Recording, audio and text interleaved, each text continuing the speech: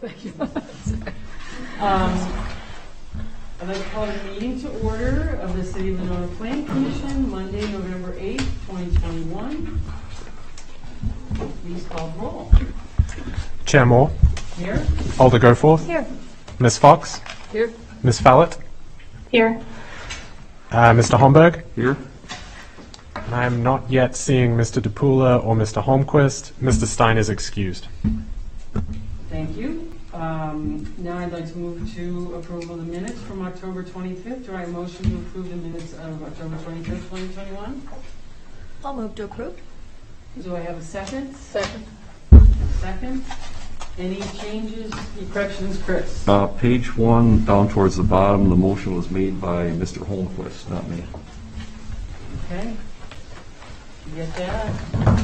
Welcome, Brian. Thank you. Any other corrections, changes? Hearing none, all those in favor say aye. Aye. Aye. Opposed? The minutes carried. Next section is number 4, appearances.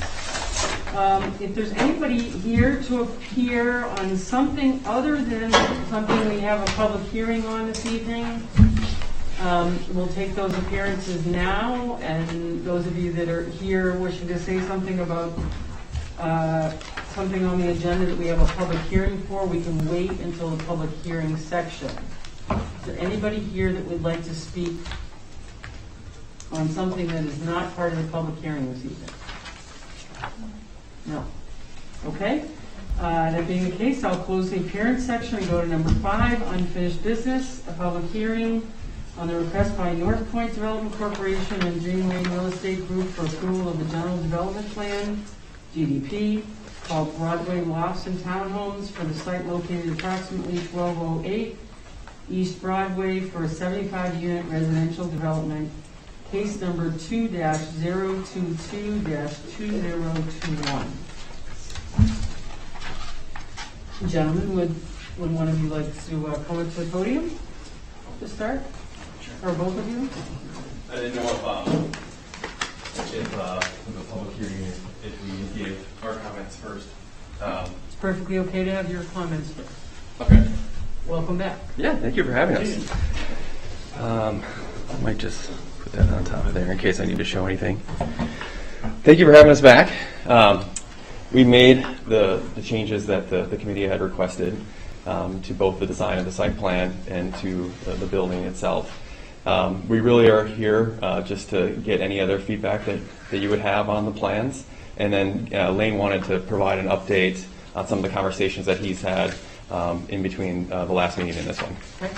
Great. Sean, before you, well, either one of you, before you speak, if you could just again say your name and who you're with so that My those apologies. people that haven't been following this play-by-play for the last few Sure. months, we get that on the record. Yes, so my name is Sean O'Brien from North Point Development. Thank you. Lane Manning, Dream Lane Real Estate. Like Sean was saying, I was kind of excited as I know connectivity was one of the things that's kind of been an issue with us. Devin Renner introduced me to Helen, I can't think of Helen's last name, but she works at B-Cycle. Right. And kind of went through their process, had a great meeting with her, found out how the expense of that product worked, and we're trying to fit it in the budget. And what I'm negotiating is hopefully we can get it on there, get a couple cycle stations on there, and give our members free membership. So they will get around anywhere in the city on bikes and have another station there. So it's going out pretty well. We're this close. We're this close, but we've got a couple things to figure out, especially on a nonprofit budget. We've got to figure out where to bury that money, but we're very close to that. So we're still hearing you. We're still trying to figure it out. We'll get it done. So that's all I got. Thanks. Right. Thank you. That's it. That's all we really had. Do you, would you, Sean, it might be helpful again, assuming that not everybody that's here has seen the detail before, would you cover those things maybe that you addressed from the last pre-hearing? Give me 1 second.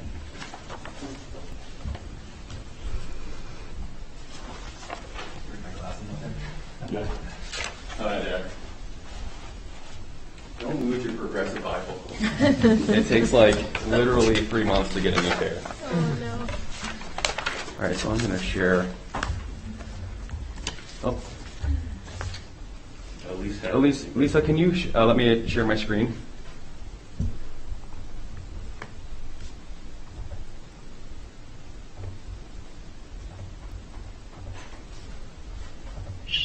be able to, but let me know if it's still not showing up. It says host is disabled. No. Give me 1 second. Just a little quick summary of the project. So we're proposing 75 units. A majority of the funding would come from WIDA, low-income housing tax credits. Of the unit mix, 12 of those units would be 3-bedroom townhomes, and then the remaining 63 units would be in a 4-story apartment building with underground parking. The townhomes also have single stall garages, and we have a total of 135 stalls at the site. And let's see if I can share my screen real quickly. So a couple of the comments that were made at the last meeting were addressed on the site plan, and specifically extending a sidewalk all the way on the, I guess that would be the northeast side of the property, through all the way to Broadway, and then also adding a sidewalk on the other side of the outlot shared drive into the property. So we added those to the site plan. And then the other comment that was made was they'd like to see some of the brick incorporated more vertically into the apartment building. So if I get a couple of the views. So we brought up some of the brick on different sides of the building, a little bit more vertically into the property. Let's see if I can find it. You can kind of see it on that rendering. And let's see. I apologize for trying to fumble through I guess this is the front view. So there's just a few areas that we did bring some of the brick up more into the building there, and then of course on all 4 sides as well. Those were the comments that we had heard at the last meeting, besides obviously the location and use discussion, and Lane already covered reaching out to B-Cycle, which I think is a really good option, and actually kind of seeing that it could be something where the tenants could use B-Cycle at no cost is very intriguing, and I think we would have a really good case to raise funds, not only make the capital contribution to get B-Cycle out there, but have some sort of 5 to 10 year agreement with B-Cycle on the maintenance. So those are the 2 major costs with B-Cycle, so it was really encouraging to see, and I think it could be a really cool amenity for the project, so I'm happy that Devin brought it up. Great. Let's see.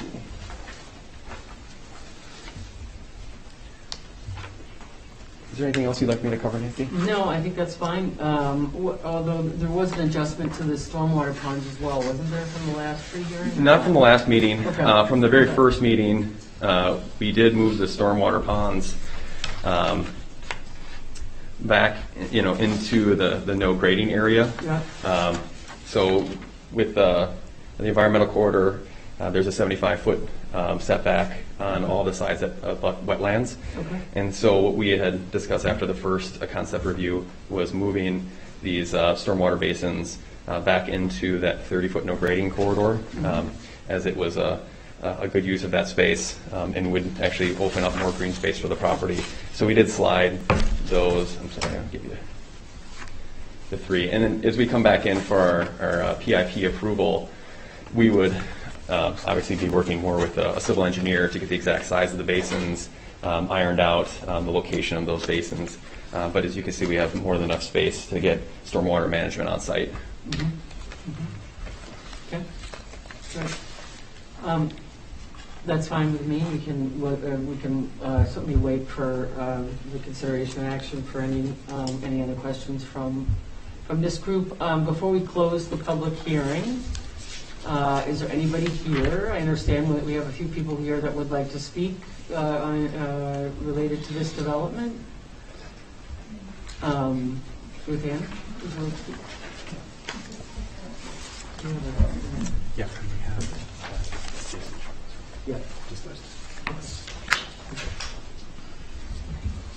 Hi, Welcome back. Ruth Ann Whitehorse. You need my address? I can't remember. 5607 Chestnut Lane in McFarland, but I'm on behalf of Chief Auto Parts. I'll be nice this time. All I want to say is the property, if to take a visit, I think you would really appreciate. I do have a question about that. When you're making decisions on properties, on building and all of that, does the committee members go see that property? Do you make an on-site visit and everything that you do? You do? Good. Okay. That's all I wanted to say. Thank you. Great, thank you. Jason Chung. Jason, welcome. I understand you'd like to say something this evening. Yes, thank you. And Jason, just as you know, since you've been kind enough to come and speak at other committee meetings before, you know that generally we try to keep remarks to 3 to 5 minutes. Right. Thank No you. problem. Thank you. My name's Jason Chung. I live at 5404 McKenna Road. And I just wanted to make some brief remarks in favor of this this proposal. I don't know a lot about it, but I watched, after the fact, I watched the Plan Commission meeting at which I think the developers first made their presentation. Maybe that was 2 meetings ago. And I was really excited about the care and attention that went into this proposal. I've been a resident of Monona for close to 30 years. I love living here. I will say that one of the things that I wish Monona had more of is diversity. I mainly think about this in terms of race and ethnicity, but also just socio-demographic, socioeconomic diversity. I am a member of the city's ad hoc work group on diversity, equity, inclusion. I don't come here tonight to speak as a member or for that work group, but it's the same set of interests that draw me here to speak, to make some remarks tonight as drew me to participate in that work group. I understand there were some concerns about the location, that it's in an industrial area, that there's a major intersection nearby, but there are enough services surrounding, in the nearby community surrounding this development, I think. And I think we're the right kind of problem solving, a great example of which we just heard about tonight with the B-Cycle, the possibility of providing free B-Cycle service for residents. I think this can be the start of something really positive for Monona. It strikes me that Monona has had a incredibly strong focus on single-family housing, and it's just not possible in this area to do affordable housing with that kind of focus. We really need to look at multifamily housing, and if not this kind of proposal in this kind of location, where is it that we're going to start off? I think that the developers seem very confident to me about the demand for these units and their ability to fill the development. And I just don't think this is a time for those of us who have the means when looking for housing to have lots of choices in front of us, to put our vision of what's the best environment for the people who are looking for this level of housing in front of that basic need to have more units that they can afford. I think that's the issue that should be front and center. This has been such a well thought out proposal. I really do hope the Plan Commission supports it. Thank you. Thank you, Jason. Is there anybody else that is here this evening that would like to speak? Chair, is it right if I say a couple more quick comments? Sure. All right. I apologize. Okay, head back up to the... I'm so sorry. I'll do it right this time. Sean O'Brien, North Point Development. One of the other things that we took a really close look at after the last Plan Commission meeting was based on affordability. And so we worked with our consultant, Baker Tilly, who does market study analysis of rents and market rents and those types of things. And we asked, what's the going rent for the newer properties like the Trista or the Breakwater in Monona? And those rents for one bedroom range at $1,200 to $1,400 a month. $1,575 to $1,900 a month for a 2-bedroom.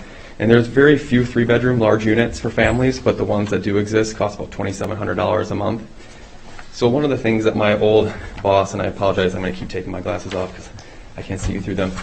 My old boss at WIDA used to like to do was calculate what's the difference between the rents that we're collecting at our affordable housing project to market, and what is the net benefit of that over the 30-year tax credit compliance period. And again, when we talk about affordable rents, we're talking about rents that are affordable to that household. Someone who is paying 30% of their income towards housing is considered to be paying an affordable rent.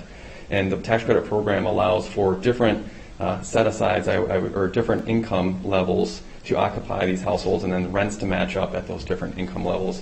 This property has rents that are going to be for households between 30% of county median income up to 60% of county median income, as well as some more market rate type units as well to kind of balance out the incomes across the property. But if you were to look at just the affordable units and you were to discount those at a rate of, let's say, $1,200 for a 1-bedroom for market, $1,500 for a 2-bedroom, and $1,800 for a 3-bedroom. Again, $2,700 is one of the only ones that are available in Monona. Over that 30-year period of time, the amount of money that the tenant who's living in that property is saving is about $9.8 million. So if we, the discount of rents that we're collecting to those $1,200, $1,500, $1,800 over 30 years is about almost $10 million. That's safe. It goes into the tenant's pockets, and they can use that for other life expenses, possibly even save up for a home on their own. But also what we've found, and when I worked at WIDA, was a lot of that money does get spent in the community because it becomes discretionary income. So I just wanted to bring that back up to the Plan Commission as it was mentioned last time. Thank you. Do we have anybody else that would like to speak this evening before I close the public hearing? Okay, I'll go ahead and close the public hearing and move on to 5B, consideration of action on the request by North Point Development Corporation and Dream Lane Real Estate Group for approval of a GDP, General Development Plan, called Broadway Lofts and Townhomes for the site located approximately 1208 East Broadway for a 75-unit residential development, case number 2-022-2021. Doug? Thank you. So I'll just give an overview and some background to kind of set up the conversation here. So as mentioned, this is the proposal is for a 75-unit multifamily workforce housing development ranging from 30% area median income, 50 to 60% all the way through to market rate units. As far as the process, this is the consideration of the general development plan, which is really the master plan for the project. It would need City Council consideration and possible approvals. If successful, it would return for the precise implementation plan approval, the PIP, which is where the specifics would be finalized, including things like the engineering review, as already mentioned. If there's too much of a deviation from the GDP that's being considered at the moment, that would also need to come back for revisions. So it's kind of the outline of the project. As far as the zoning and land use, this is within the Community Design District, the CDD, which calls for a compatible mix of uses, which does include residential, realizing the goals of the comprehensive plan. As far as that goes, the 2016 comprehensive plan had the future land use map, which identified this as commercial. That has been discussed with both the applicant and the commission, discussing compatibility and evolution of the site and maybe how that is taking on. In terms of the elements, the proposal has 3 buildings, a 63-unit apartment building, 4 stories with underground parking, as well as 2 6-unit townhomes. The parking meets city code at 135 stalls, 60 of those again being underground. Lutheran Social Services, as mentioned in the GDP, will provide service, a service coordinator on site.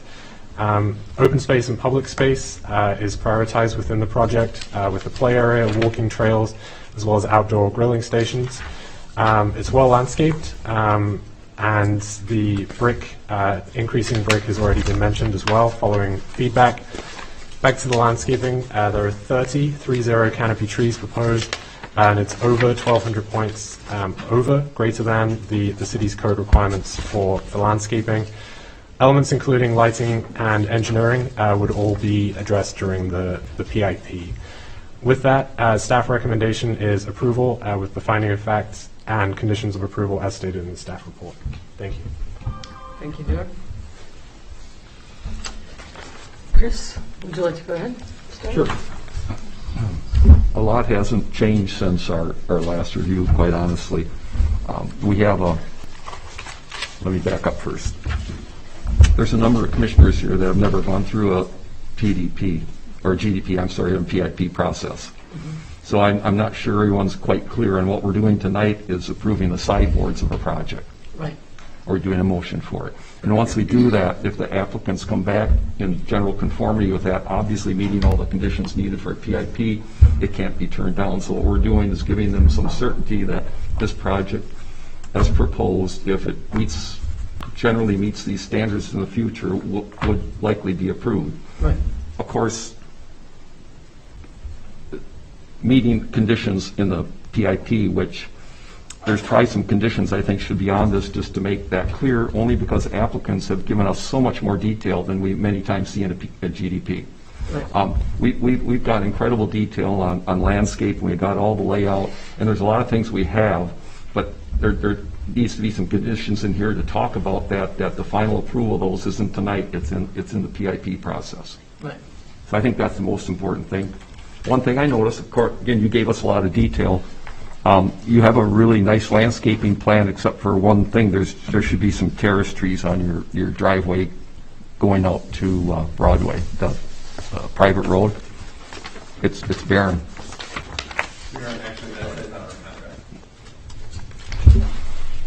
It will. The applicant said that's not part of their contract, but it will be part of the requirement of the GDP. So when we talk about a GDP requirement, will be, among other things, how that road gets constructed, how it connects to Broadway, all those features, including landscaping. We rarely would put in a road and not put terrace trees in along that road. It would look pretty bad. So I'm just, again, I'm letting you know now so that when you come back with your PIP, it doesn't have to be a condition tonight, because a condition will be final landscape plans come back. But I'm just letting you know, so that's something to take a look at, is some terrace trees. The landscaping on the site, what you've done looks really nice.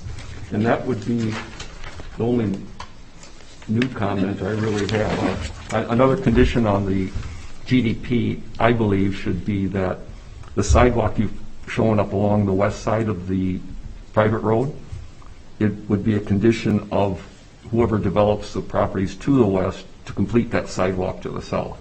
I think for this project, you're doing enough. You're getting people up to your site, both sides of the road, but obviously that road should have the sidewalk all the way. So although it may not impact you, it would be a condition on the GDP tonight, because if it's not, somebody else can come in and say, whoa, you approved this GDP right like this without that sidewalk. What are you talking about? So those are just some of the details that we need to work out on PDPs, but also it may seem unusual to you to have that condition when you're not responsible for it, but it's something that the Plan Commission doesn't want to back themselves in a corner and not have the ability to require in the future. Okay, that's it for me. Great.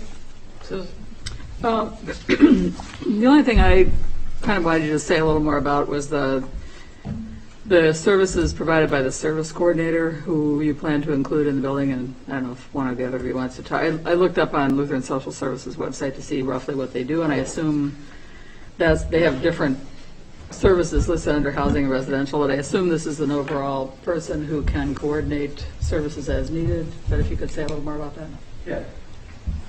So in our partnership with Lutheran Social Services, they will provide a service coordinator at the property. They will spend a lot more time as the property is filled up initially. All residents will be offered this service, and then it's up to them if they'd like to choose to work with Lutheran Social Services or not. But there will also be, these services will be targeted majorly to the 30% units. And the services are basically, it's a connection to services. So you do an intake, what does a tenant need to sustain housing, independability, and really connecting that tenant to other services that are available in the community that they would be eligible for. And it's a wide range between veteran services, homeless services, financial counseling services, that sort of thing. So they will be working with every tenant that as they move in and doing a really heavy-handed work through with the tenants at the beginning. And then they then come onto the site every quarter after that to work with the tenants that, again, are requesting to have that interaction. But that is a contract that we'll sign with Lutheran Social Services for the entire tax credit compliance period. So they will have that presence on the property. And again, any tenant can request them, or any tenant can say, this isn't for me. And the length of the tax credit compliance?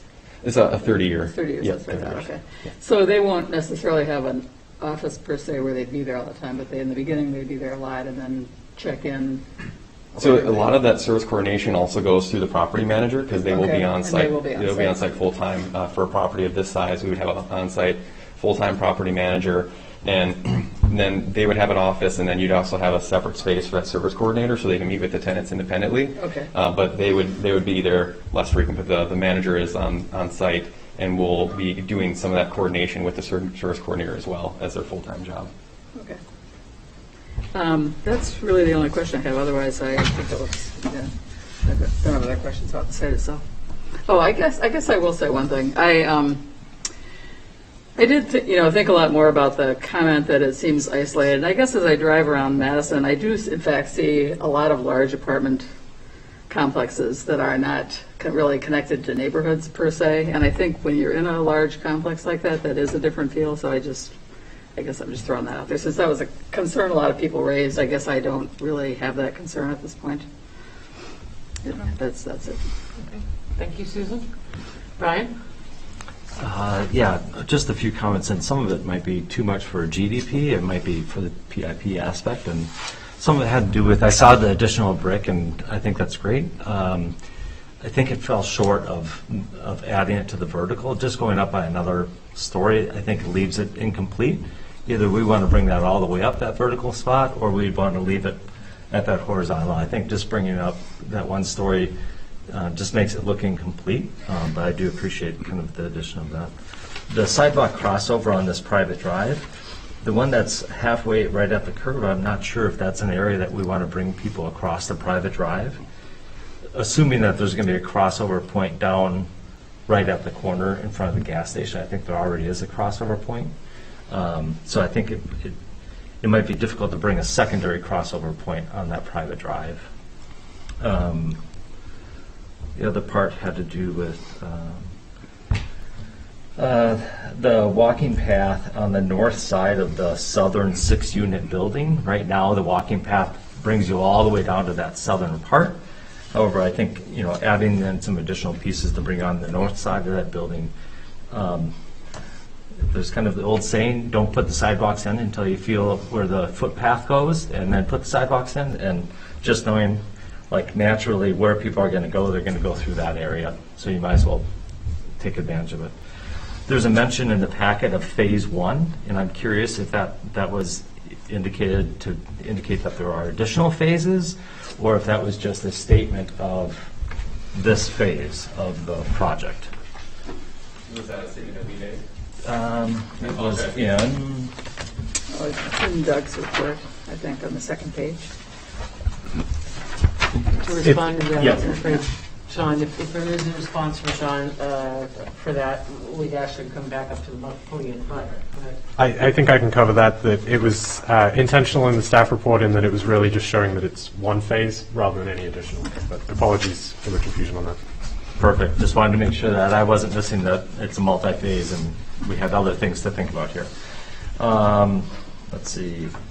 The other part, there was a mention around the potential of TIF. And the reason I bring this up is that it seems to be mentioned as a secondary fact. And when it comes to GDP, and this would be a question I think, Chris, you might actually have the most historical knowledge.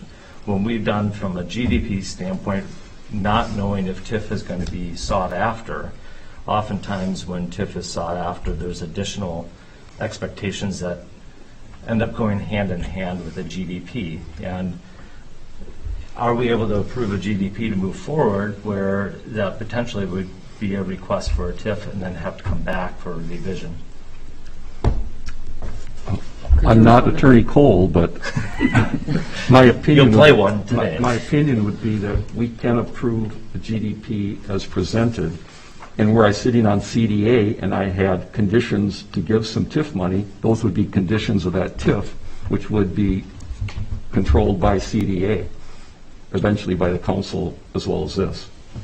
So it might change something on this, but at that point in time, if it changes then the GDP, then the applicant has to come back to get a reapproval on GDP. If it changes something substantially enough, then they would have to get an approval. And the common one is number of units. Right, which well, we've looked at, and Yeah. you know, the commission has felt it's pretty maxed out here, but I just bring that up, indicating that it's in this report, and I know in other projects where there's that great tension between Plan Commission and not having something too dense for a property and making sure it fits within a property, and then also balancing that with what it is that the CDA would be looking at if it was related to funding. Sure. That'd be great. Thank you. Sean?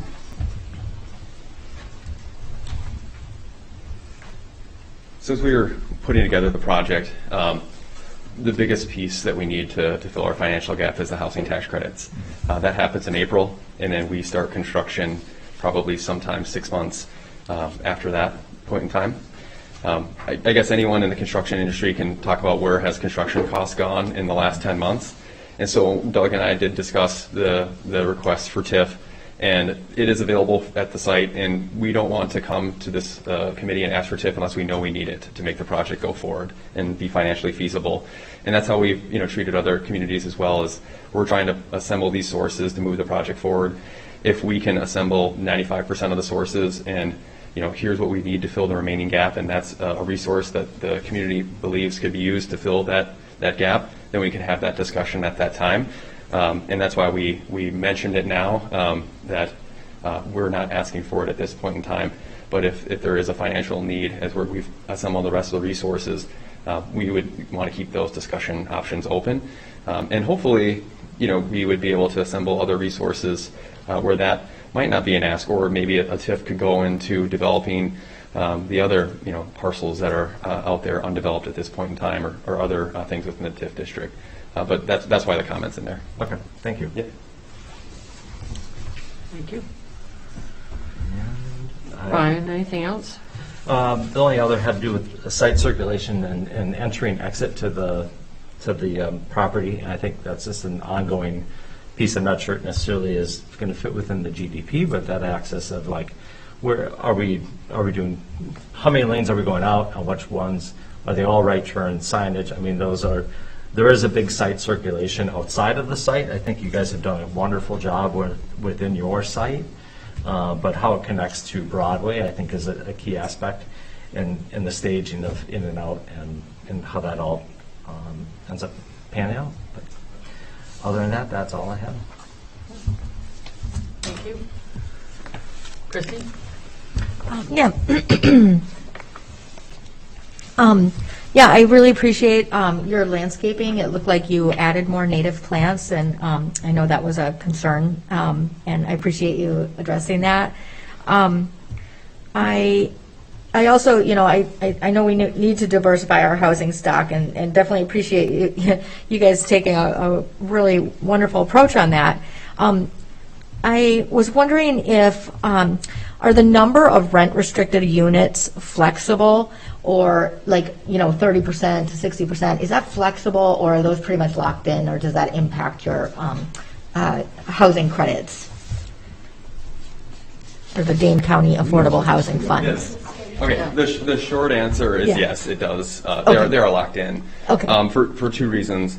One, Dane County has reviewed those numbers, and that's what they've provided the loan for. Okay. And then secondly, at the end of the day, it's still a competition with WIDA, and so we've structured it in a way to maximize all of our points to give us the best chance to get the resources. Got it. And so we've structured it based on the WIDA competition. Okay, excellent. And I want to thank you too for kind of being cognizant about the need for TIF and not asking for that immediately, and really kind of trying to look for other resources. I think other than that, I mean, I think about a conversation I had today with my neighbor who she was really heartbroken because she's got two daughters, they're 19 and 20, and they cannot find housing. And she's just like, they're going to have to live with me for years. They both have jobs, they get paid $15 an hour, and they cannot find housing because of like the rent schedule you just talked about, $1,400 a month for a one-bedroom. It's unattainable for young people. And so I was wondering, I was sifting through your documentation, trying to find your rent schedule again. Can you review that for me? I just couldn't find it. I'm sure it's in there. I should have brought it back up. Yeah, you're going to get a little exercise here.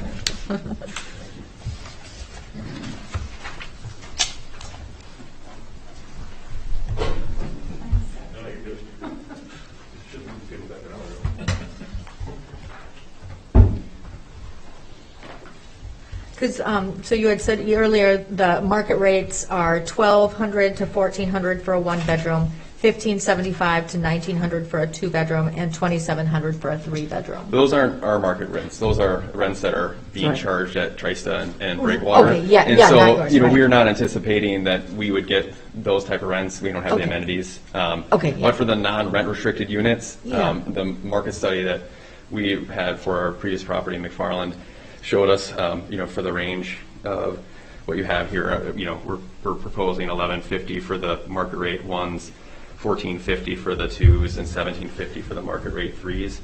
And then here are the list of the rents, starting with the ones and twos at the 30% CMI level, all the way up to 60% level. And so, 45 units are at 50% or below, which is a big chunk of the units at the property. And then we do have some 60s as well. One of the big scoring categories for WIDA is leverage. So basically they want to award projects, they want to spread the credits all around the state. How many affordable projects can we build? And they believe that a diversity of incomes at a property is a key to success. Mm-hmm. And so one of the things that they have is called leverage, and how much of the property can be built with other resources besides tax credits. You can only get tax credits on units that are deemed affordable. And so one of the ways to score points is to have a balance of market rate and affordable units. On top of that, they also have scoring category just specifically for market rate as well. Okay, excellent. All right, great. I mean, as far as the brick on the exterior, I thought it. I understand Brian's point because it does look a little bit like it's maybe not complete. I didn't have much of a problem with it just coming up that one story. So I would say either go the full two story, or stay with the one story, maybe keep it uniform. But other than that, I mean, I think it looks really like a really attractive property. Thanks. Okay. Corinne? I just had a couple of comments and questions. And since this is my first GDP, I'm not sure what does fall in or what doesn't fall in. Based on what Brian said, my first question probably is not within the scope of it, but I guess I didn't try to line up the drive in the past to where it comes out on Broadway. So there's the, not where the light is, but right before the Shell station, if you're going east, is that where it kind of enters into where that cut is? Does that make sense, what I'm asking? Yeah, I mean, I can bring up the map. I believe the CSM was approved, and that's, we're basing off the drive. And so we haven't looked too closely at that because that's where the city had approved the drive coming into the property. But okay. I can bring it up on the map too. I mean, that's okay. It's like you said, it's on the CSM. I can go find that again. Okay. Chris? If I could just break in, I didn't mean to keep everybody from talking about details. These questions on details are really important, and although they're not being approved tonight, it's great information for the applicant to have to go back and say, hey, they're going to look at this and they're thinking about this. So I didn't mean we don't talk about details, but what we're not doing tonight is approving the details. But any details you see or anyone else sees, talk about as early as you can. It gives the applicant the most time to address them. So Okay.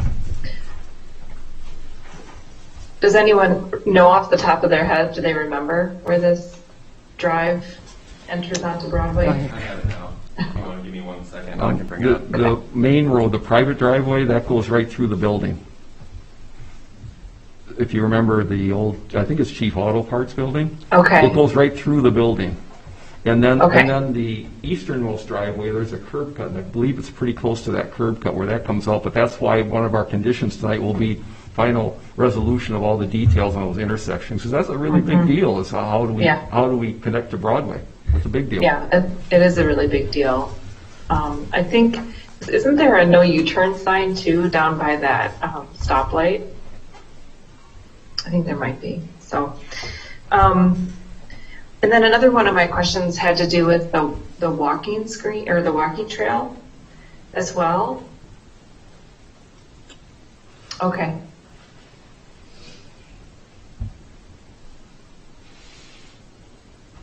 Great. So I would guess that the driveway comes right through here. Okay. Yeah, you actually had a plan that showed it at one time. Yeah, that's an old view as well. So the walking trail, and I'm not exactly sure if it would fit, but if you start on the west side by the townhouse building down in the south part of the property, and that walking trail walks, north up until the patio into the play area. I was wondering if you had considered continuing that walking trail out of the play area to the east, past that stormwater basin, and then to the east side of the second townhouse, and then out, connected up to the sidewalk on the other side of the property. I could see people taking a short loop around the property. With a dog. Are there going to be dogs on the property? Yes. I'm sorry, I was trying to pull up the site plan. Could you repeat your comment on where you'd like to see the walking path so I have it? So if you look at the play area and then just go east from the play area to the north of the stormwater basin, and then on the east side of the second townhouse building. Talking about completing the loop around. Yeah, it's kind of going all around the property. Yeah. Yep, we could definitely do that. I think the hesitancy here is, again, back to that environmental corridor and so we may have to take this piece of the walking trail and knock it out of the setback here. Okay. But if we don't, then, I mean, that's something that we wanted to do from the get-go, was have a trail that goes all the way around the property, because, I mean, it's really nice to have that connectivity and walk all the way around the property.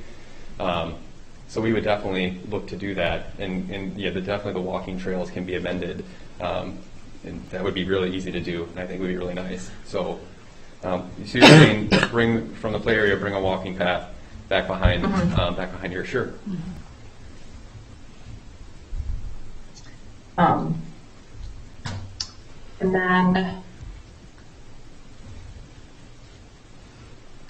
the only other thing that I noticed, and maybe it's hard to tell what the landscaping will do, but there's the 4 or 5 units on the ground floor of the 63 unit building, and they're right by the parking lot. So they're going to have, the parking lot is going to be there, what they're looking at. So what's the distance between those patio areas and the parking lot? I'd say about 15 feet.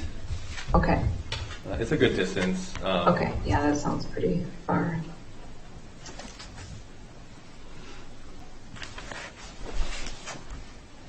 Okay.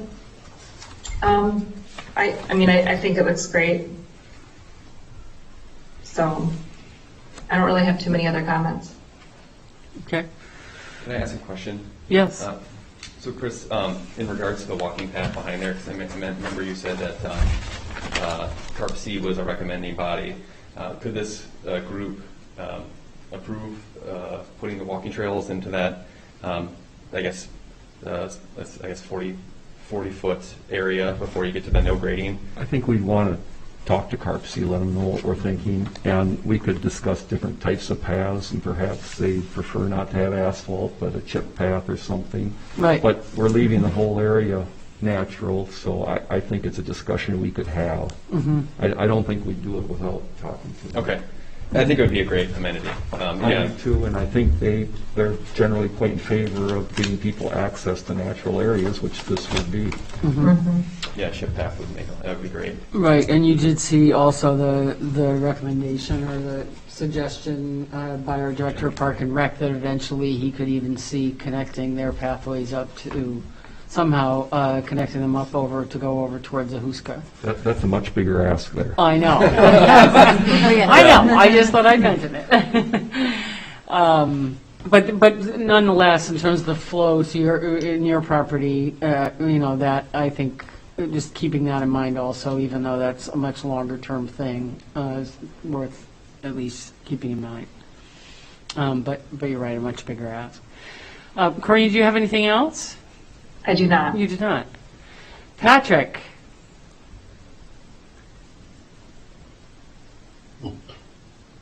All right. Hey there. So, I don't really have that many comments. I think everyone knows that I'm kind of in favor of this project. And I just have to say that, I'm really happy that Monona is discussing affordable housing in general, this project specifically. In the last 10 years, like I mentioned before, we've created hundreds of new apartments in Monona and haven't really had any conversation about affordable housing. And so it's great that we're working on this right now. Everyone talks about it and how housing affordability is important, but not much has been done about it. And, the surrounding communities and opinion that we're like Madison and others. And it's important that we do this from a diversity perspective as well. So I think it's a great project. I think it's well thought out. I support it without reservation, and I'm glad it's being presented to us today. So thank you. Okay. Thank you, Patrick.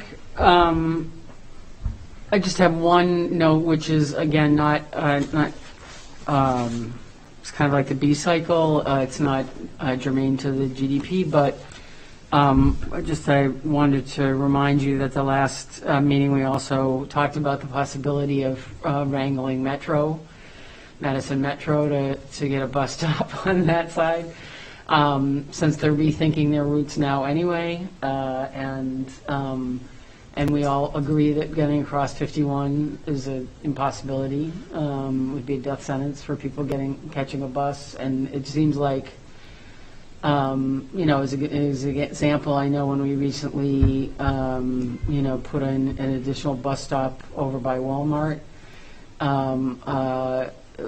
Walmart was actually willing to jump in and support that, at least partially support that, because precisely because obviously it's good for their business, and who knows, maybe if you talk to Menards and a few of the other larger businesses around there, they would be interested in doing something on that side, and it would just again provide that many more options for individuals living there to be able to get to work, have a bus, whatever. So I just don't want that detail to get lost, but again, not part of the CDP approval. And I would also say, just as a point of information, that of course, the apartments that you mentioned in comparison are luxury apartments, and that of course Monona has many apartments that are a lot less than that. That being said, we all know that there's a shortage of affordable housing, and there is a shortage of affordable housing in particular for families. And as was pointed out in the very first pre-hearing, there's very few vacancies in affordable housing that does exist, which we all know is a problem not only in Monona but all over the area. So it's definitely needed. So again, I thank you for the effort that you've put into the proposal. With that, unless we have any other comments, yes? Just quickly, I agree with Brian on the brick, but I think we have a lot of time to have the architect just look at it a little bit. see what you think. I think it looks, a couple areas looks like just, I was going to bring it up, but I don't think I will today. Okay. So I think it's just something you can look at in your architectural. We have plenty of time to bring that back when we do look at PDP. Okay. So I do this a lot, PIP. And I have a question for Doug. In your proposed conditions of approval, isn't condition 2, isn't that our ordinance? It is. That's what I thought. That's just taken right out of our ordinance. Yes, I did mirror, for some of these conditions, I mirrored the most recent GDP. I don't think we need to recite ordinance in a condition. Sure. So I just wanted to make sure that it looks to read just like our ordinance. For the applicant, that's, I mean, you know, the GDP sets the sideboards, but having it in there just seems like, well, come back and look at different stuff, which I think we're all pretty well zoned in on this particular layout. And I think your approvals are pretty much determined by this layout right now. Right. WIDA and King Correct. County. Mm-hmm. Okay. Thanks. Great.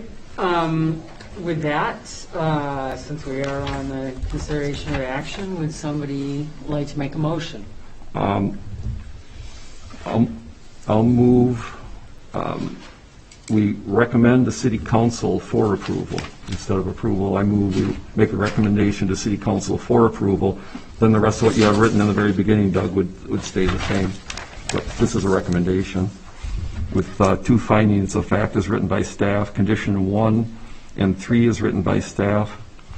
And I know you're going to renumber this, but I'm going to go from 3. Condition 4, that the private street connections and pedestrian connections and driveway must be completed to Broadway with final approval or review and approval in the PIP. 5, that the private road design as well as the private parking lots, drives, and pedestrian path design shall be reviewed in the PIP. 6, that the water quality design will be reviewed for final approval in the PIP. 7, the development of the lots to the west shall complete the sidewalks on the west side of the private road from where these are shown to end to the south limits of the property. 8, final landscape, electrical, architectural, bike and car parking plans will all be given final review during the PIP. And that 9, city park improvement in lieu of fees will be due for the total new unit count. I'll second. Okay, that's the second from Brian. I have a question for the electrical. Typically, our projects are design build, and so we wouldn't have the electrical build-outs done until after we have our state plans approved, and the HVAC as well. It will be a condition of the PIP. We need to see light fixtures, the photo. Well, we would have a lighting plan. Yeah, that's what I'm talking about. Okay, so lighting plan. Okay, yeah, we can. I said electrical, so site lighting. Okay, perfect. Yeah, lighting plan. Yeah, we could do that. Because under site lighting and electrical, it's possible we could ask for some conduit stub for future charging stations or something like that. Okay, that makes sense. But yeah, it's just fixtures, all that stuff that we haven't seen. And we never talked about 9, but it's a city ordinance that if you don't dedicate park space with new residential units, then you have a fee in lieu of that you pay to the city so that they can use it in other parks. I'm sure you've had it everywhere else, but it's never been talked about here, but it's part of our ordinance. Yeah, no, that makes sense. Yeah. And a lot of these, you're saying, well, this is, I know we got to do this, but you've presented so many plans that I felt it was necessary to talk about it.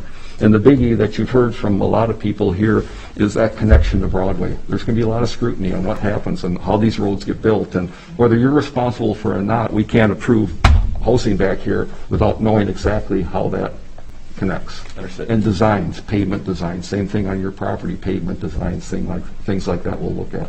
Okay, understood. Yeah, I would just add to that, when we recently did the CSM, that we spent a lot of time talking about even in relation to the CSM, just the connections of Broadway, because it is obviously a very busy street. and with the median in the middle there and the other building, so it's complicated to get in and out of there safely. So It's a big deal. yeah. Could I make a comment? Yeah. As you all know, I don't feel this is a good place for residential. So as much as I'm going to, once this is approved, support it and make it the best I can, I will be voting against this because of my feeling with the residential in this area. Okay. Can I just add one more thing? And I don't know, based on your previous answer, whether this is necessary, but I was thinking of a couple more conditions of approval, one being maintenance of an on-site manager for the 30-year duration, and then the other being maintenance for 30 years of a service coordinator to facilitate connection between residents and various support services as needed and desired. You mentioned you'll be signing a contract, but I guess I want to be sure that those two things happen. Okay. So is that appropriate in the GDP, or is that more of PDP? No, if you're going to have a condition like that, I would think it would be a GDP Okay. condition, because you're talking about what's being built here and the type of units, so I would Okay. think this would be the place if the rest of the commission agrees with that. Okay, then I guess I'd propose an amendment or addition to those conditions of approval, 9 being maintenance of an on-site manager for 30 years, and 10 being maintenance for 30 years of a service coordinator to facilitate connection between residents and various support services as needed and desired. Okay. And I forget who You got seconded it. I would support that. Okay. Okay. So we have. He just said he would support that. I didn't say that. Oh, who seconded it? Patrick did. Oh, Patrick seconded it. Okay. Patrick, yep, sorry about that. Okay, yeah, okay. His voice coming out of the ceiling. Somewhere. Okay. And that's, completely acceptable to us as well, because that's going to be the baseline. That mirrors what you're doing. Yeah, Right, yeah, exactly. right. Yep. Yeah. And Brian, since you seconded the motion initially, I assume you Yep. agree with that as well? Okay. Terrific. So I have a motion, I have a second. Any other discussion? Okay. Roll call vote. I don't know, just, do we want a roll call vote, just so it's clear? Sure. Patrick, doing a roll call vote. It's time to vote, so we're going to do a roll call vote. Would you like to be the first to vote? Me? Yes. Yeah, me, yes. I can't see you, so it's hard to tell who. Yes. I've been there, believe me, I understand. It's very, So you, he said aye, thank you. I'm voting aye, yes. Okay, great. Corinne? Yes, aye. Okay. Chris? Nay. Susan? aye. Brian? Nay. Chrissy? Aye. Great. Motion carries. Thank you, everyone. Congratulations. Thank you. Thank you so much. Thank you. Thank you very much.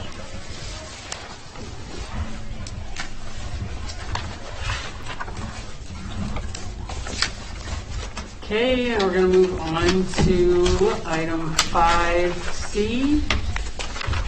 Public hearing on the request of All Rig USA represented by Bowman Consulting Group LTD for approval of a two-lot certified survey map CSM to divide Lot 9 of the River Place plat, the old National Bank lot at 6501 Monona Drive, into two separate parcels. Case number 2-019-2021. Hi, yes. I'm Erin Chapman, and I'm representing Bowman Gordon Chapman, also on with All Rig. Do we need to just to be clear, do we need to be discussing the CSM separately than like the overall skip and zoning permit? Yes. Yes.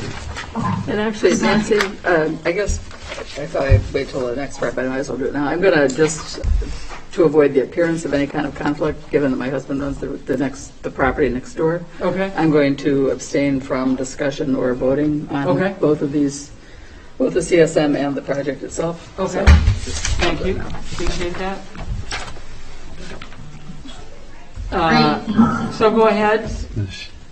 Yeah, so can I share my screen? that helpful? We can't even see you. I apologize, my camera hasn't been working lately, so I apologize that you can't see my face, but I promise I'm here.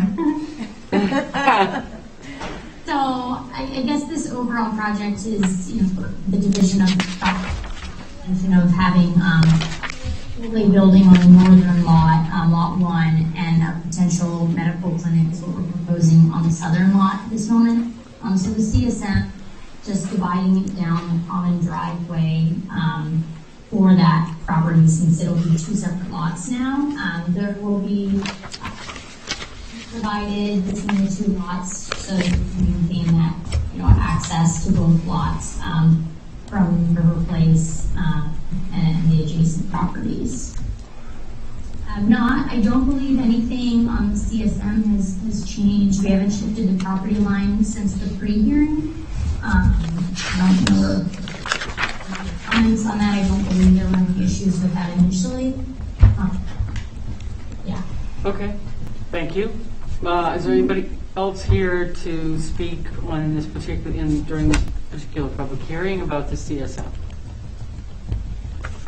Okay, hearing none, we'll close the public hearing and go to consideration of action on the request by All Rig USA, represented by Bowman Consulting Group Ltd. for approval of 2-lot certified survey map, CSM to divide Lot 9 of the River Place plat, the old National Bank lot at 6501 Monona Drive, into 2 separate parcels, case number 2-019-2021.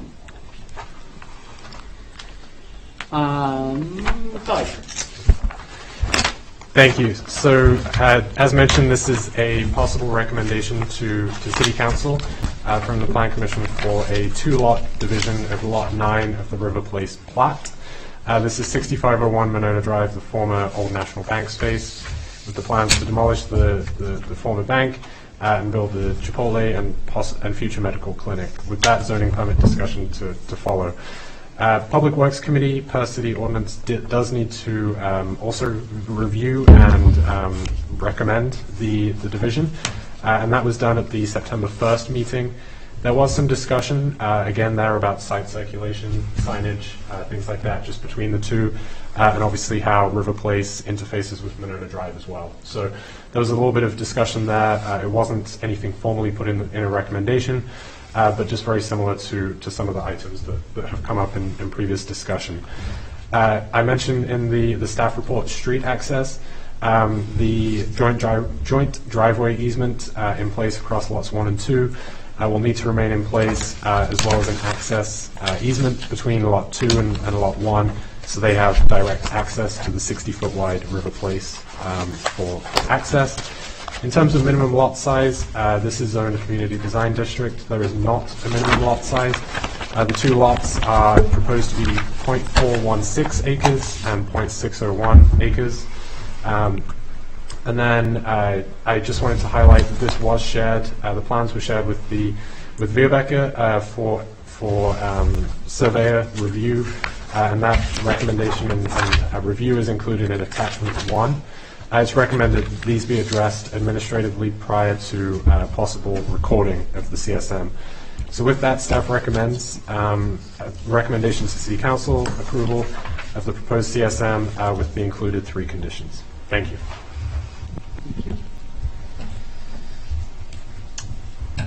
Chris? Yes, I agree with the shared access easement, but I think it goes beyond what you have here, because if we look at their plans in the future, there's a driveway that's shared, and that should be part of the joint access agreement. And that should really be on the CSM, and it's not shown. And also, we would need a drainage easement agreement, because if you look at what's being proposed, all the drainage from the Chipotle is coming down underneath the parking lot for this medical clinic. So there would need to be some type of a drainage easement agreement also.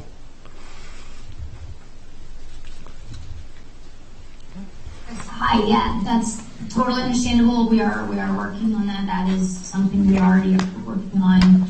That drive that goes west, that kind of divides the 2 lots, will be also part of that shared access agreement, and we are looking at like utility access easements, since a lot of the utilities will be shared across the whole property.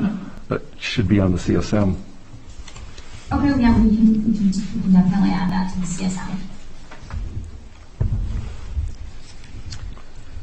Okay. Anything else, Chris? No. Brian? No other comments? Okay. Christy?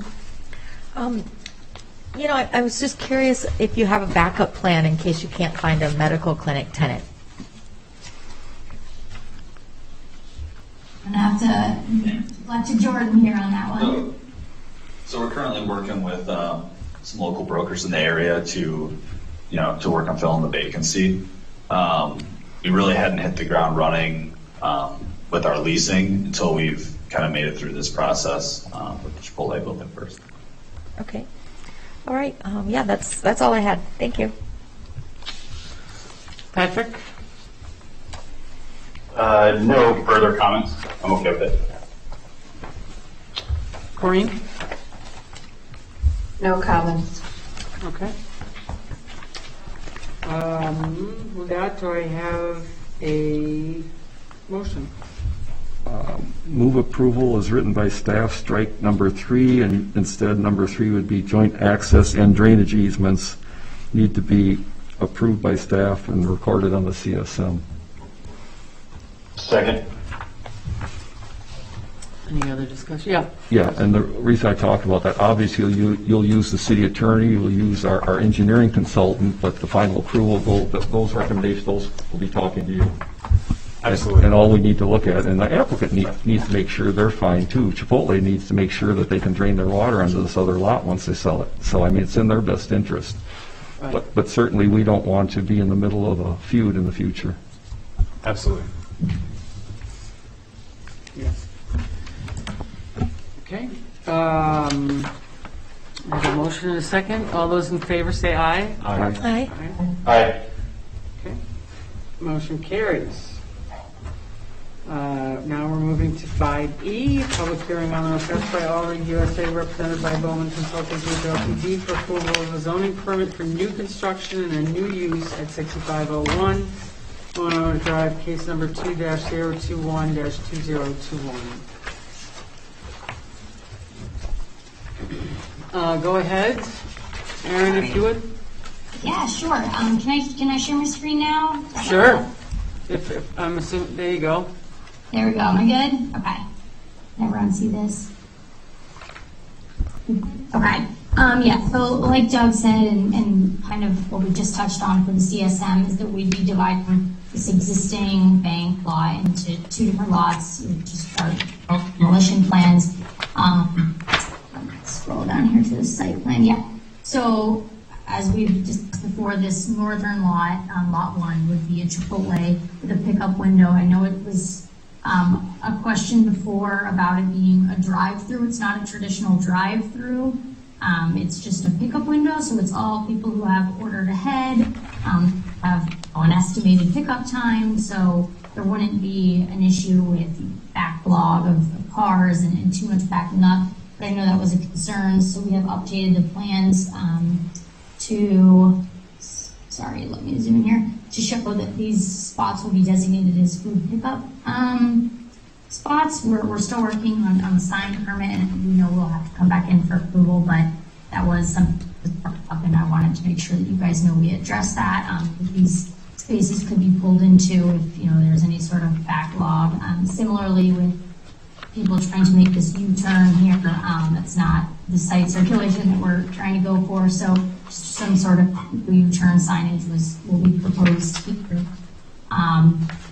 Not a ton has changed since our pre-hearing in terms of site layout.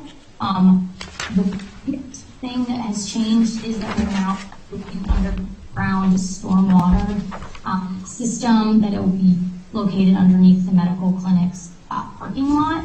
So as Chris mentioned, we will be working with both owners or tenants to make sure that all of this, there are agreements and easements and drainage is agreeable to everyone as designed. And so you can see the limits here of this underground stormwater system. This will account for both the quality and quantity of the stormwater on site. In accordance with Dane County's standards, we'll meet all of those standards, and through kind of administratively, we'll address all of the engineers' comments and engineers. But overall, not a ton has changed since we all last looked at the site plan. We've updated some of the elevations, I believe, since we last. Sorry, let me scroll in here. The landscape plans, we're still working on fine-tuning some of that. We moved the dumpster location, so we're going to adjust some of these items, but we will fine-tune that. These are what the elevations that we're proposing for the Chipotle building. Like Jordan said, we're trying to get through this process for the Chipotle at the moment, and then we'll work our way back through the system for that, lot 2 tenant when it is determined.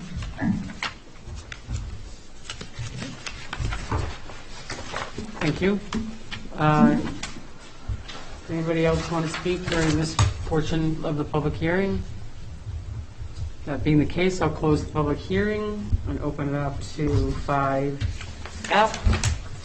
consideration of action on the request by All Rig USA, represented by Bowman Consulting Group Ltd. for approval of a zoning permit for new construction and new use at 6501 Monona Drive, case number 2-021-2021. Doug? Thank you. So the consideration here is a zoning permit for new use and construction. The parcel here is zoned Community Design District, CDD, and also within the future land use plan is designated as commercial. Plan Commission reviews requests in this district. The plans are for a Chipotle at 2,400 square feet in the northern lot with the order pickup window, as well as a conceptual 2,000 square foot use to the south on the southern of the two parcels. It should be noted that use as well as elevations would need to return to Plan Commission. The other elements, the parking, the landscaping, that is all being considered for the whole site at this point, but the construction of that building and the elevations, the use would all need to return for future review. In terms of the architecture, this is within both the River Place waterfront district as defined in the 1989 Broadway Corridor Plan, as well as the Monona Drive urban design guidelines. The exterior has a brick veneer as well as the wood lap siding, which appears to comply with both of those guidelines. The pitched roof, one of the main changes is the change from a metal roof to asphalt shingles. There was sort of a discussion about that at the pre-hearing, and that was one of the changes that the design team chose to make. There's an outdoor patio for the northern edge of the building, of the Chipotle, that is going to be fenced, although the fence materials are not shown, so that's included as one of the possible conditions that return administratively. The trash enclosure, I believe, is still sort of on right on the dividing line there, sort of more on the southwest of the Chipotle site. And so there had been some discussion that may not be the best location for that, as that may be something to discuss. It's difficult with the parking given the tentative future use, although as currently envisioned, the site is 13 stalls up on the necessary parking requirements. The restaurant would need one stall per 3 seats, meaning 20 stalls would be needed because they have 60 seats. The medical tenant use would be 1 per 300 square feet, putting them at 7 stalls, which is where the 13 difference comes in. 3 of the 40 stalls would be ADA accessible. One mention in the Vierbecker report would be possible conduit for EV and bike parking. As mentioned at some other commercial sites across the city in recent approvals, it may be something to discuss, possibly mention. The site circulation, the effective signage is going to be important for this. As mentioned, signage is going to be a separate application, but just it is quite a congested, quite a small site, so just having effective signage, directional signage is going to be important. In terms of the landscaping, a total of 600 points are proposed with 3 new canopy trees. It does meet the minimum, but it could potentially be increasing, with some more landscaping there. The perimeter of the site is quite bare, and just given the prominence of the site, it may be something the Commission chooses to discuss. Lighting, a few of the fixtures were shown on the architectural elevations, but a photometric plan has not been included. That's another recommendation that most likely come back administratively if the Commission's comfortable.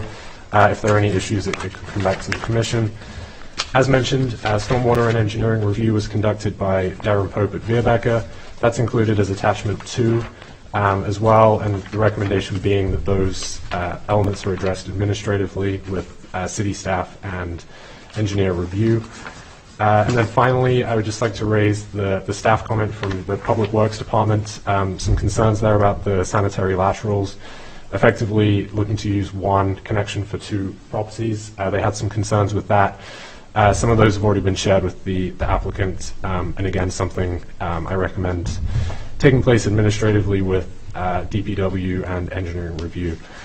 With all that said, staff recommendation is approval with the conditions as stated in the staff report.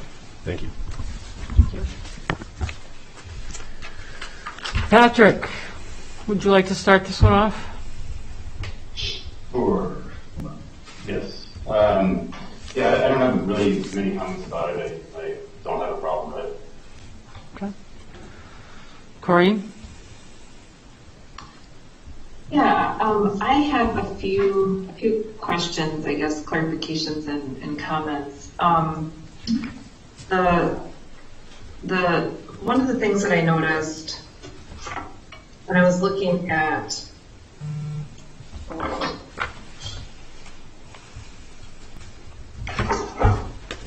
think it's it's about the sidewalk. So 2 things about the sidewalk that I had questions on. The first one is I saw that there's proposed fencing for around the patio, but I'm assuming it's not completely enclosed, right? Because the sidewalk goes up to the patio, so there's going to be like a gate or an opening, so people can come from the sidewalk to the restaurant. Yeah, correct. We would have some sort of opening or gate, or just breaking the fencing there, and that would also. I think we're proposing that as an ADA route, so there'd be some sort of the ramp right there in that corner to make sure that path is safe up to Broadway. Okay, that would be great. And then so then the sidewalk comes down and it crosses over the pickup lane and over into the other parking lot in front of the medical clinic into that front area. But I guess one of my questions is about the 10 parking stalls to the north of they're not really connected to the rest of the site. And you say there's going to be 600 people coming to this site. I do think a lot of them are going to be picking up, but I guess just maybe take a look at if there's a way to bring the sidewalk over so that there's a little bit more safety for those individuals to walk up to the door as well. Understood. We can look at that, yeah. And then the landscaping,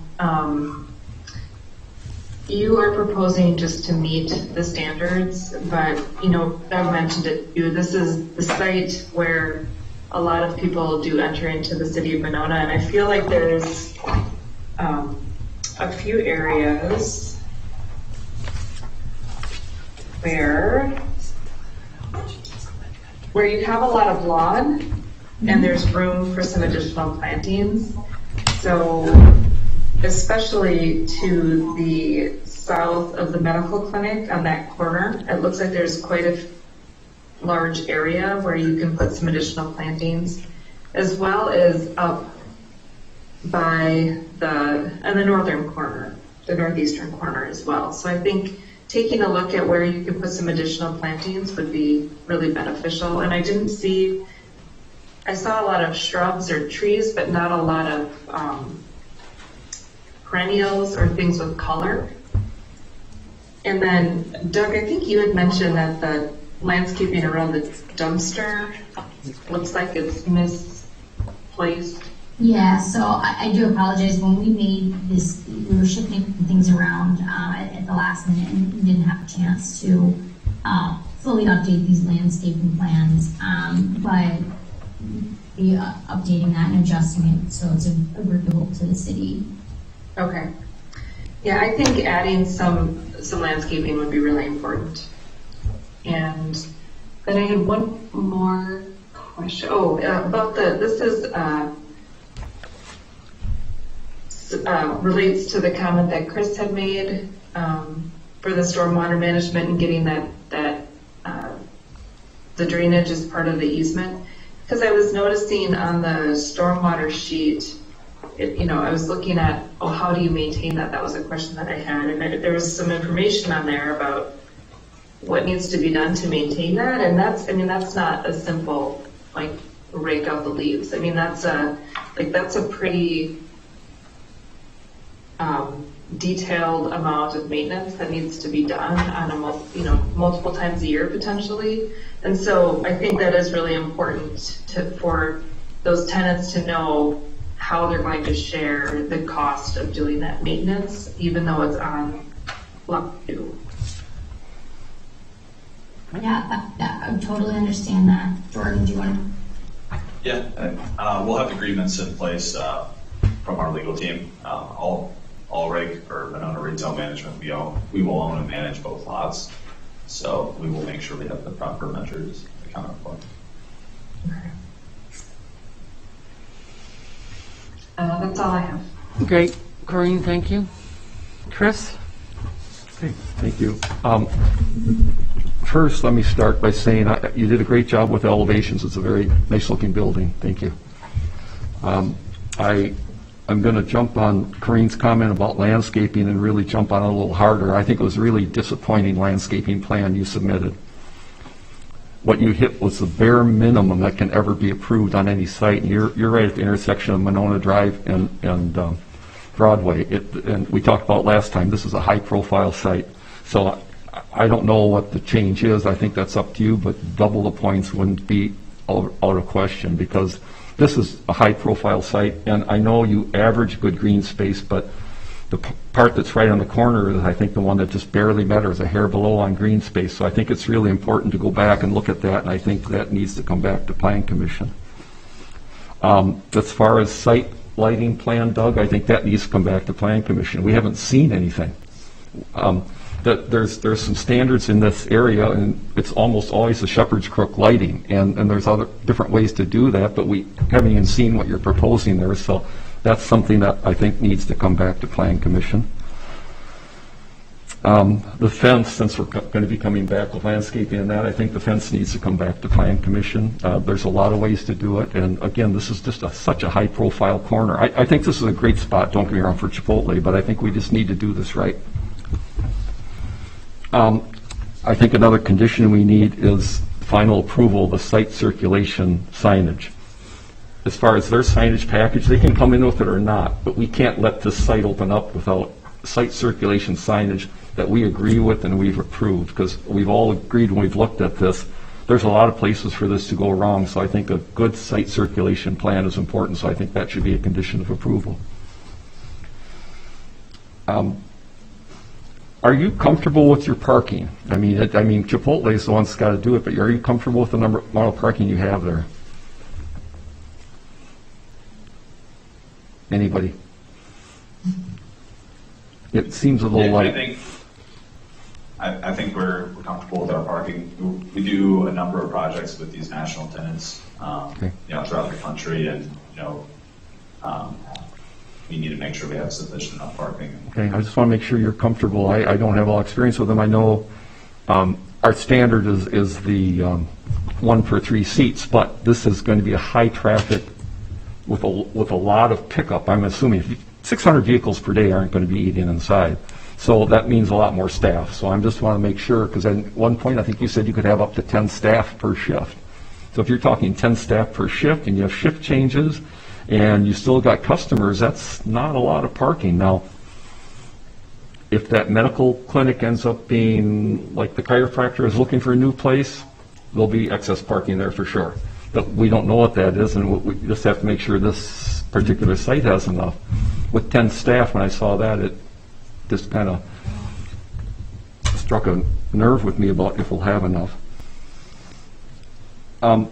Sanitary, depending on where you can get the lateral, I know Public Works is worried about it, but they would have to make it into a private interceptor. I believe Darren addressed that in his review.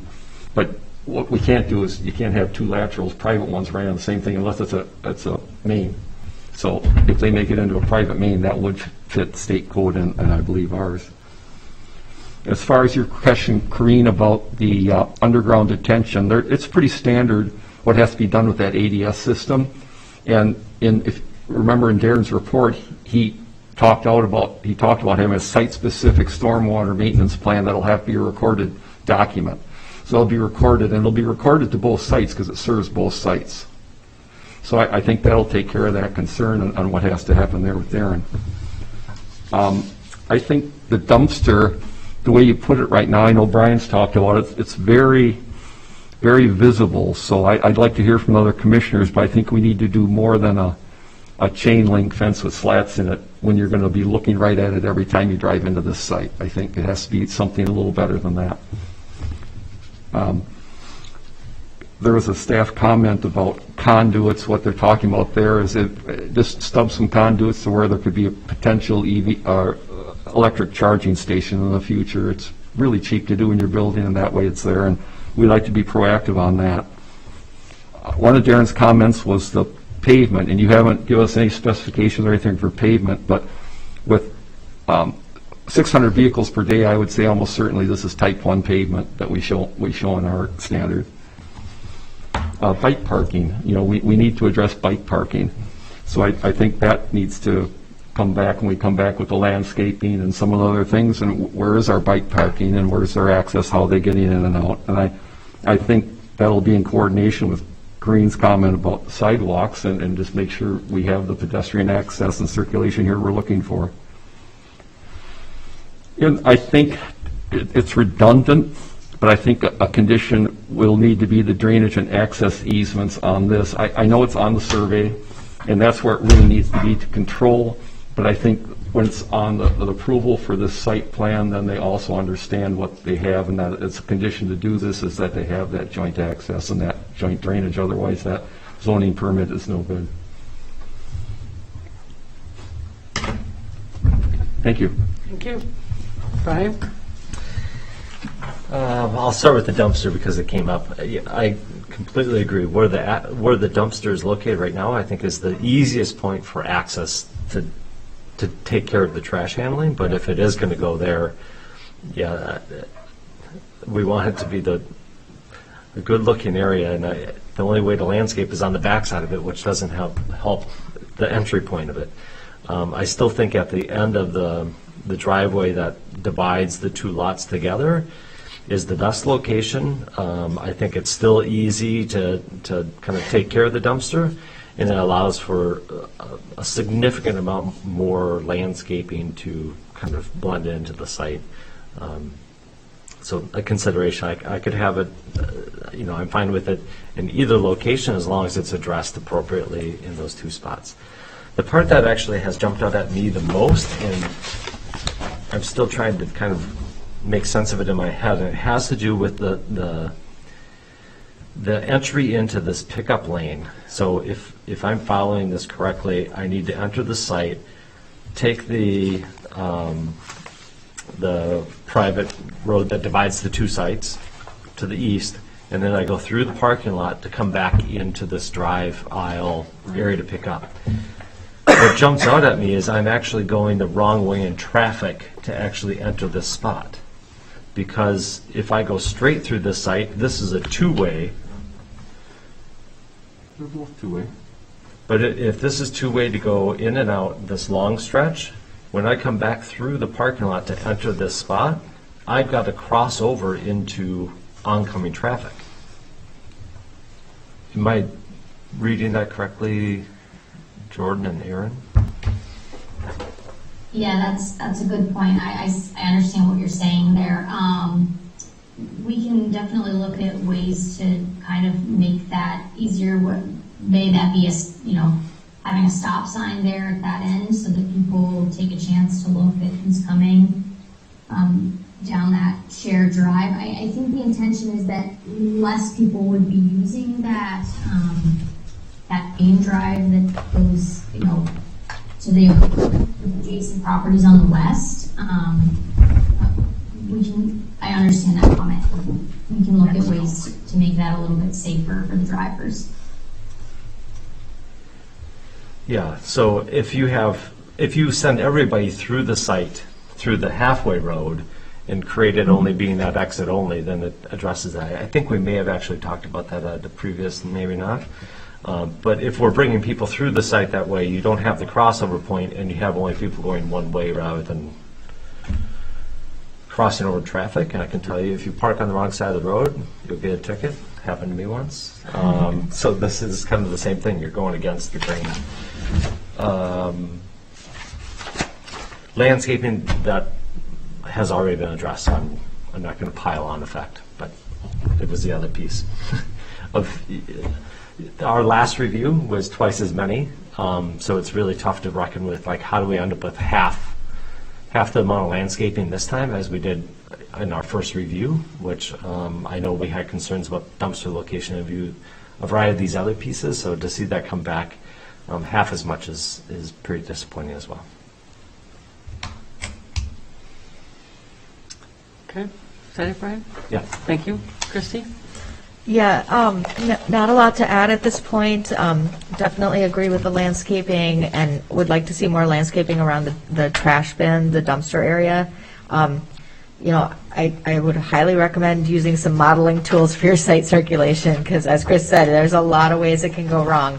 Other than that, I think there's couple things yet to work out. But I do really like your exterior design. Thank you.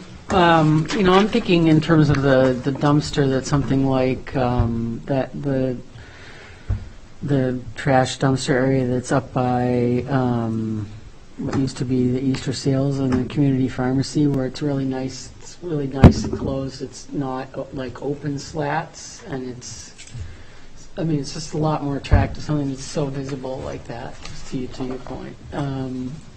Or if you're, the one that's by Restore, right, next door to Restore. You might want to take a look at that as an example. It's a lot more in terms of a dump, in terms of the trash. It's just a lot more enclosed, more attractive overall than like a chain link fence or something would be. Okay, so with that, any other comments before we? Do we have Chris? Yeah, my comment, when you're looking at your landscape plan, you show the 2 white ash trees to remain. If I remember right, the leaves are all off now, but I believe the one right next to the driveway was already dead, and the one over by Monona Drive is close to it, so I would take a look at replacing those 2, unless, if the one closer to Monona Drive is alive enough that you feel you can treat it, but it has to be treated every 3 years to prevent the emerald ash borer. So I would think while you're landscaping the whole site, the best solution would be to get a different species in there. Thank you. With that, do I have any kind of a motion? Sure. I move approval with as written by staff, and change 7 should that the fence details come back to Plan Commission. 8, that the full lighting plan be resubmitted to Plan Commission. And now start with new conditions. 11, that the final approval of the site circulation signage come back to Plan Commission. 12, that the site is use type 1 pavement. 13, that the dumpster enclosure gate be addressed in final approval by Plan Commission. 14, that they look at some conduits for potential charging stations in the future approved by staff. 15, that we see some information when they come back on the landscape plan for the bike parking.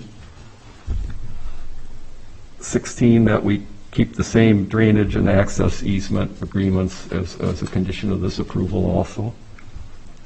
17, that the revised landscape plan comes back to Plan Commission.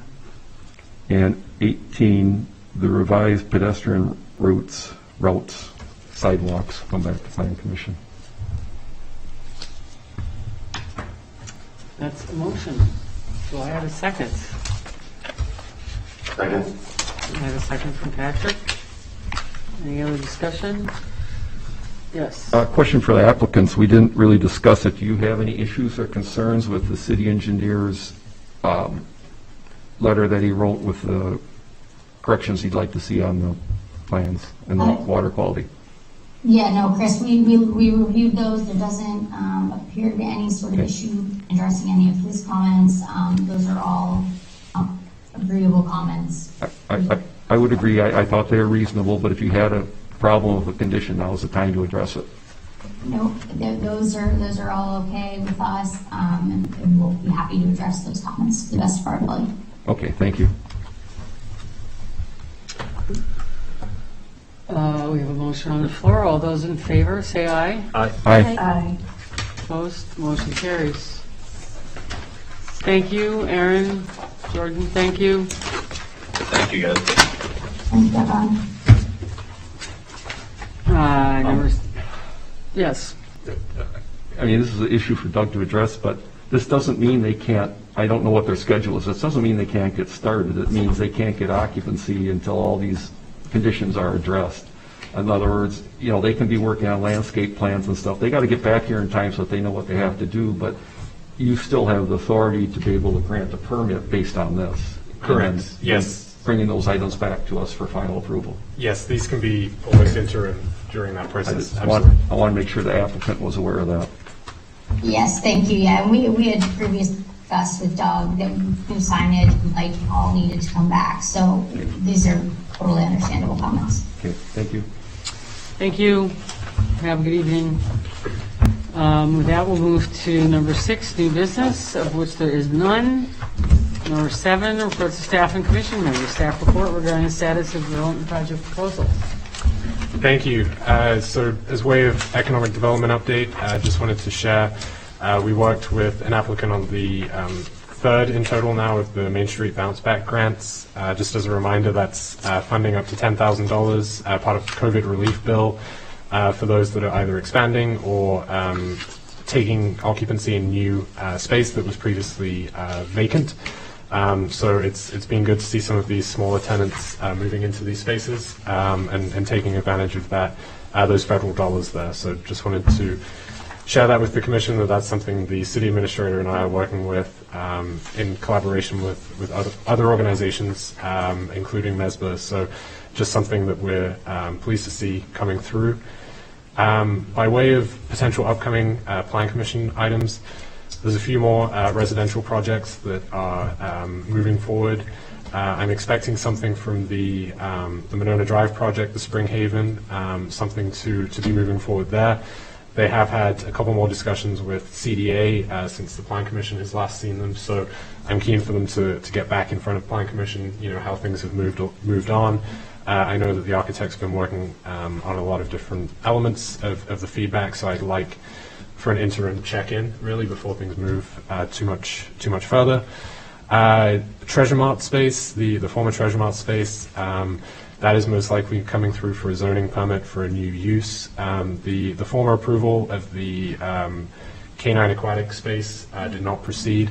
There is a possible new tenant that is looking to occupy that space, so it will be another zoning permit that will be needed for that.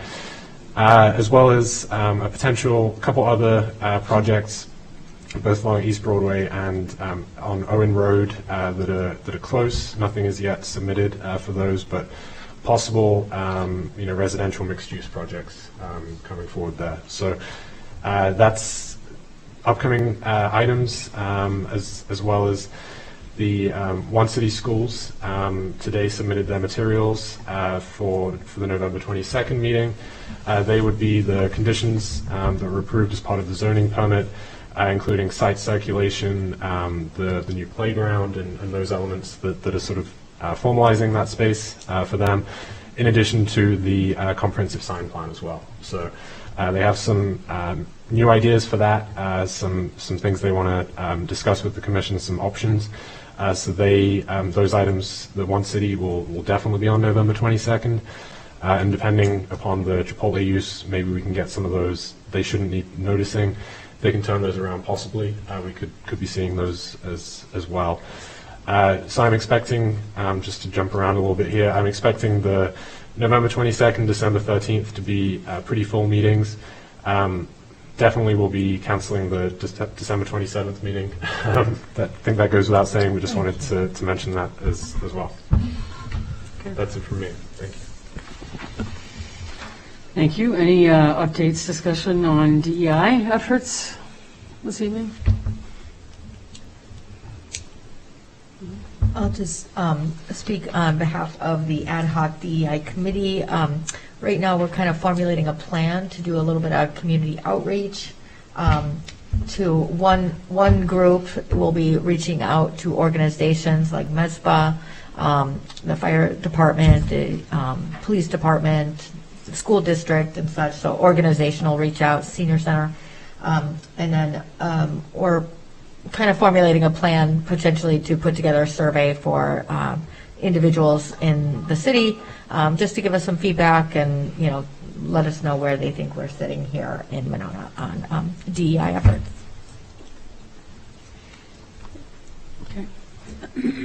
Any plan commission requests or information from city staff this evening? No? Hearing none. Do I have a motion to adjourn? So I'll move to adjourn. Do I have a second? Second. All those in favor say aye. Aye. We are adjourned. Thanks very much, all. Appreciate it. Bye, everyone. Thanks, Maureen. Thanks, Patrick.